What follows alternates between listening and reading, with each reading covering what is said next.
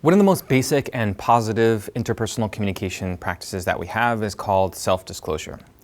Self-disclosure is the process of sharing intimate or personal information or personal ideas with our partner. So the first thing we know about building a better interpersonal relationship is engage in timely and appropriate acts of self-disclosure. Now, there are some ways of doing that. We don't just walk up to a stranger on the street and say, oh, I really like peanut butter and jelly sandwiches, but I'm allergic to peanut butter, and then tell a long story about how you were recently hospitalized. That would seem strange because the person that you don't know very well would wonder why those kinds of intimate details are being shared with this other person. But interpersonal relationships grow in intimacy through the communicative act of self-disclosure. So here's a couple of things to keep in mind when engaging in self-disclosure. Really, there's four things that you want to keep in mind. First, you should be other-centered when you disclose.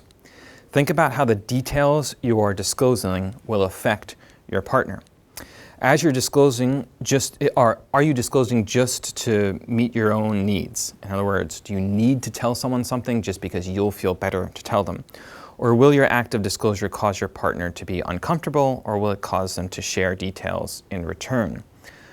You don't want to be just disclosing just for the sake of disclosing. I'm sure if you're watching this, you must have met someone who shares too much detail about their life and tells you too much information too soon. That's inappropriate self-disclosure. Second, in any relationship, be careful not to reveal too much too soon. Self-disclosure is incremental in effective interpersonal relationships.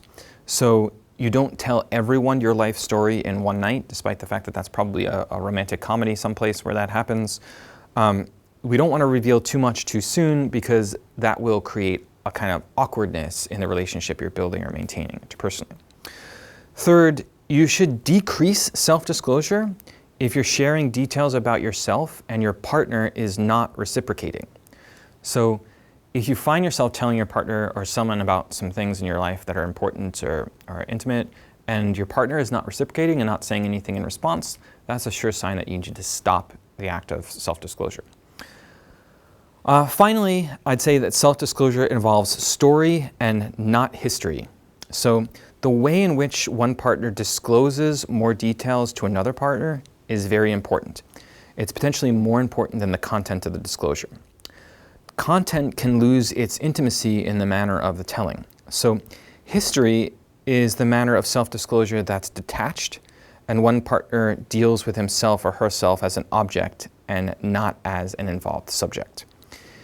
Intimate life details might be revealed, but those details are either just facts or generalities with no particular meaning. So history doesn't draw two partners closer together. Story, on the other hand, is an invitation from one partner to the other partner to become closer. It's a way of authentic self-disclosure because it reveals the manner in which one partner is genuinely implicated in some particular details, and in a sense of implication, that sense of implication is being told through the story. So self-disclosure involves story and not history. It's a way of suggesting that it's an invitation for the partner to respond to those details. We should all tell our partner stories that request a response, not histories that are bland kind of sort of recountings of the facts. So when you tell a story, you're expecting a response from the other part. So engage in timely and appropriate forms of self-disclosure. It's a critical component to building interpersonal relationships and to becoming a better partner.